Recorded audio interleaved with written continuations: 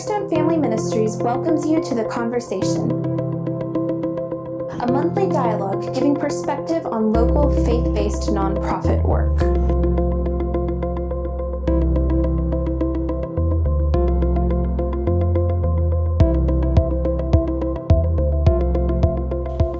Hi, I'm Summer Pennington, the volunteer coordinator here at Cornerstone, and welcome to The Conversation. Today we have Gaynor Lubojasky, who is a older girl volunteer on Tuesday nights, and she's joining us here to talk about what it's like to volunteer consistently with Cornerstone. So thanks for being here, Gaynor. You're welcome. She's also a friend of mine. But yeah, we just wanted to kind of ask first and foremost why you decided to volunteer with Cornerstone. Number one, you asked. Yeah, that's true. And number two, I had gone on a trip to Israel, and the leader had made a comment that just profoundly impacted me. And he said, poverty equals chaos. And he really encouraged us to get our feet in that chaos, but in community, not to join in with people one-on-one, but really do that in community. And so I was just really for about a year kind of seeking a place to kind of be involved with people.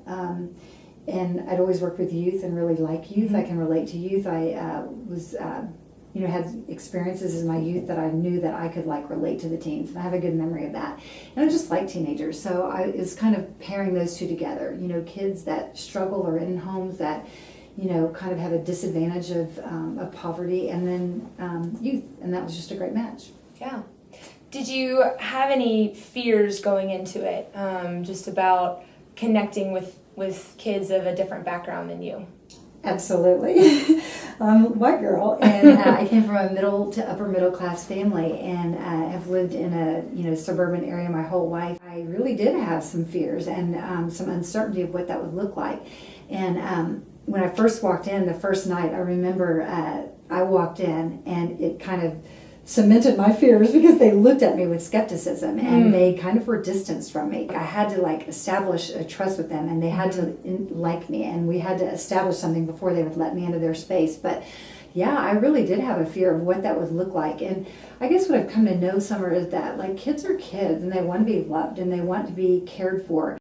And that, is probably something that a lot of volunteers go through. And I think what's really cool about what you said is just that the consistency aspect of it, of volunteering with Cornerstone, in and of itself kind of mitigates that fear, eliminates it, because you're consistently showing up, and that's building that trust, and you're consistently, working to build those relationships, and over time, they will be built, and they will let you in.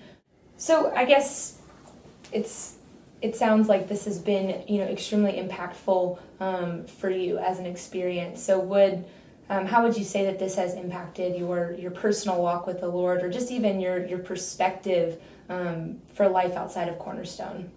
Well, I would say that it's my favorite ministry that I've ever done. And I've been in the church now for almost 30 years, and been involved in ministry, all sorts of ministries, working with kids, youth, young women, couples. And I would say that this is my favorite ministry because I think it's the most important ministry. I think it's the most kingdom-oriented, and I think it's where Jesus calls us to be. And I will say now that I've been in this ministry that if we don't know people in poverty, that we're not really doing kingdom work. Mm-hmm. I would be as bold to say that. I think that we really have to know people in poverty to really be involved in the greatest and the highest calling of kingdom work. And what I mean by that is I think that God really works on us when we're in that, and he refines our view of the way he views people in poverty. Because I think that, honestly, I had a mentality before I worked with people in poverty that it's their choice. They make their choices, they make those choices, they must sleep in the bed that they, made. And it was kind of a more, I guess, calloused view of people in poverty. And I think when you're in it and you're involved with these people, you see that it's very cyclical, and that what they see and what they experience is all they know, and that it's so difficult to get out of that cycle. I think that it's given me so much more compassion because I know that they're just products of their environment, and that it is so much more difficult than I had known before to get out of that. Yeah. So this has changed your perspective on just how necessary a ministry like this is to change poverty in America and in our world, is for Christians who, to much has been given, much is expected. And, since we are kind of a product of our own home lives, and they are as well, then we need to step in and to love them well, to bring Jesus to them and to show them a different way that leads to life. Absolutely. Yeah. I think it's just the gospel played out in real life. I think that, I think we can go and church our church people, and we can grow up our church people, and I think there's a role for that. But I think that role is only to make, and we talked about this in Bible study the other day, that role is to make disciples, to go and then make disciples, not to continue rolling about in our own, education, or spiritual maturity. I think it's to then go out. And so I just feel it's so important. And like for me personally, I think, like I said, it has taught me more compassion.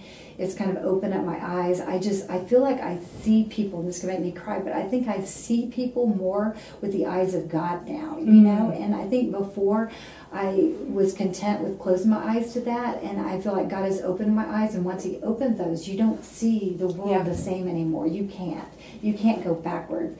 And so I think that He wants to open all of our eyes to that, and I think we can sit content in our church pews for a long time and not necessarily be courageous enough to go out. And I would just say I'm so glad that He drew me out into this world of, and it's difficult. It is very challenging. Like, I have cried at night myself to sleep thinking about some of the situations of these girls, just praying for these girls. And it is not easy, because once you let them into your heart, into your life, like, they're yours, and like God calls you to be a shepherd. And so it's not an easy job, but I think it's necessary for them as it is for us, Well, thank you so much, Gaynor, for your heart and for your commitment to these girls. I know they were so excited to see you back this year. And we're just so thankful to have you. And thank you guys, too, for joining us for the conversation. We hope that you're encouraged. We hope that you go out and in your own context, or maybe with Cornerstone, you join us in ours. Go and love people in the name of Jesus, and bring the gospel to them. Until next time.